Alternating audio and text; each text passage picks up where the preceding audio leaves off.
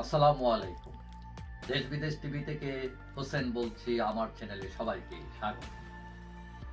আমার এক পরিচিত লোক আছে, সে বড় একটা মাস্তান ছিল। তো হঠাৎ করে সে ইলেকশনে দাঁড়িয়ে যায়। তো ইলেকশনে মানুষ বলে যে এই মাস্তানরে কি ভোট দেবে, কিন্তু সে যে টেকনিকটা দাঁড় করায়, যে মানুষের কাছে গিয়ে বলে যে আমি এখন ভালো হয়ে যাব, আমাকে একটা চান্স দাও। এবং মানুষ সত্যি সত্যি তার অতীত ভুলে এবং ভোট দিয়ে দিল তাকে, এবং সে নির্বাচিত হয়ে গেল। এখন এই যে ৭৬ বছর বয়সী আওয়ামী লীগ, স্বাধীনতার নেতৃত্ব দানকারী দল আওয়ামী লীগ, বিগত ১৫ বছরে অনেক উন্নয়ন করার পরও হত্যা, গুম, জোর করে ক্ষমতায় থাকার অভিযোগে তারা এখন ক্ষমতা থেকে বিতাড়িত। এখন আমি ওই যে বললাম মাস্তান আবার ক্ষমতায় চলে আসা, যে আওয়ামী লীগের যতই দোষ থাকুক না কেন সে আবার ব্যাক করতে পারে, এইটার সম্ভাবনা এড়িয়ে দেওয়া যায় না। এখন তাদের অবস্থাটা, নেতাকর্মীদের অনেকেই জেলে, কেউ বিদেশে, কেউ আত্মগোপনে। এদিকে তাদেরকে কোণঠাসা করতে করতে নিবন্ধন বাতিল করা হয়েছে একটি, যতদিন পর্যন্ত বিচার না হয়, নিষিদ্ধ করা হয়েছে যতদিন পর্যন্ত বিচার না হয়, নিবন্ধন স্থগিত করা হয়েছে। এখন এই যে আওয়ামী লীগ নিষিদ্ধ, নিবন্ধন স্থগিত, এই সব করে সরকার কিন্তু অনেক সমালোচিত হয়েছে। মানুষের কথা বলার অধিকার, সমাবেশ করার অধিকার, তার মৌলিক অধিকার খর্ব হচ্ছে বলে আন্তর্জাতিক প্রতিষ্ঠানও প্রশ্ন তুলেছে।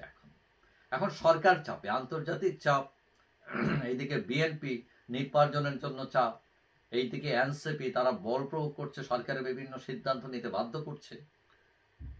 এখন এই সব চাপের মধ্যে ইউনূস সাহেব হঠাৎ করে বলে উঠলেন যে আমি পদত্যাগ করতে চাই।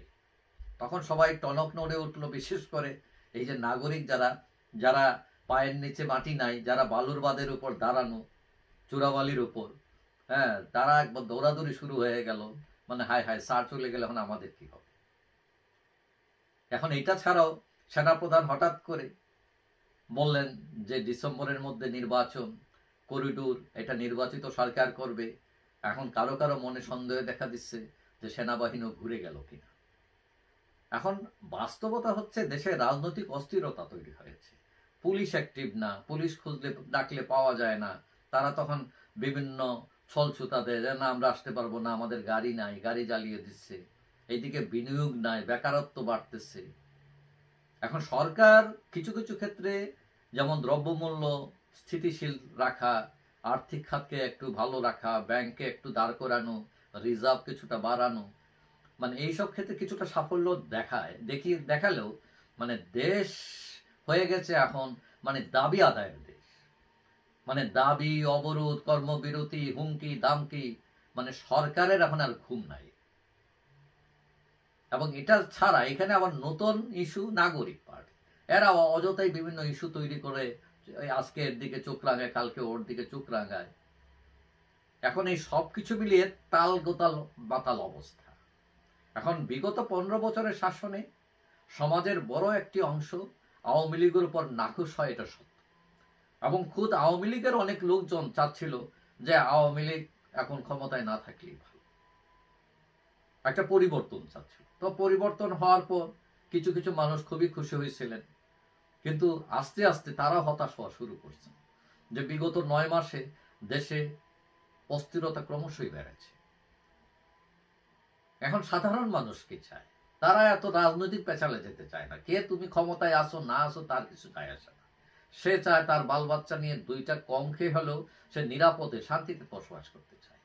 কিন্তু পরিস্থিতি দিন দিন উত্তপ্ত হচ্ছে। এখন মানুষ তুলনা করা শুরু করেছে যে কার আমলে ভালো ছিলাম ভাই, হাসিনার আমল ভালো নাকি ডক্টর ইউনূসের আমল ভালো। এখন যারা রাজনীতি করেন না সেরকম মানুষের অনেকেই ইউনূসকে ফেরেশতার মতো মনে করে, কিন্তু রাজনীতির মাঠে তিনি কতটুকু দেশকে দিলেন এই ৯ মাসে প্রশ্ন উঠেছে। এটা তো ক্ষুদ্র ঋণের ব্যবসা না, রাষ্ট্র পরিচালনা অনেক জটিল একটা বিষয়।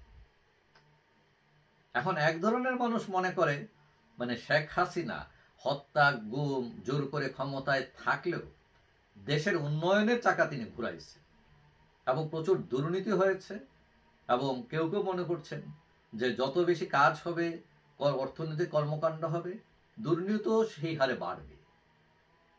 মানে এটা হচ্ছে অনেকটা বাস্তবতা। এখন 5 আগস্টে খাদে পড়ে যাওয়া আওয়ামী লীগের জনপ্রিয়তা এখন হঠাৎ করে দেখা যাচ্ছে যে বাড়তে শুরু করেছে, এবং এটা কিন্তু আওয়ামী লীগের কারণে বাড়ছে না। এইগুলো বাড়ছে সরকার এবং মাঠে থাকা রাজনৈতিক শক্তির ব্যর্থতার কারণে, এবং এদের ব্যর্থতায় ফসল হিসাবে আওয়ামী লীগ তার টুকরি ভরতেছে। বাস্তবতা হচ্ছে যে আওয়ামী লীগের জনপ্রিয়তার সূচক উপরের দিকে যাচ্ছে, বেড়েই চলছে, এবং আগামীতে যদি নির্বাচন হয়, কেউ কেউ মনে করছেন যে ক্ষমতায় চলে যেতে পারে আওয়ামী লীগ, এবং এর দায় কিন্তু সরকারের, এই দায় কিন্তু মাঠে থাকা এই দলগুলো। সেখানে আওয়ামী লীগের ক্রেডিট করার তেমন কিছু নাই।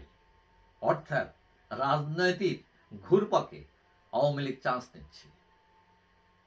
যাই হোক, সবাই ভালো থাকবেন। আশা করি দেখা হবে অন্য কোনো ভিডিওতে ইনশাআল্লাহ। আল্লাহ হাফেজ।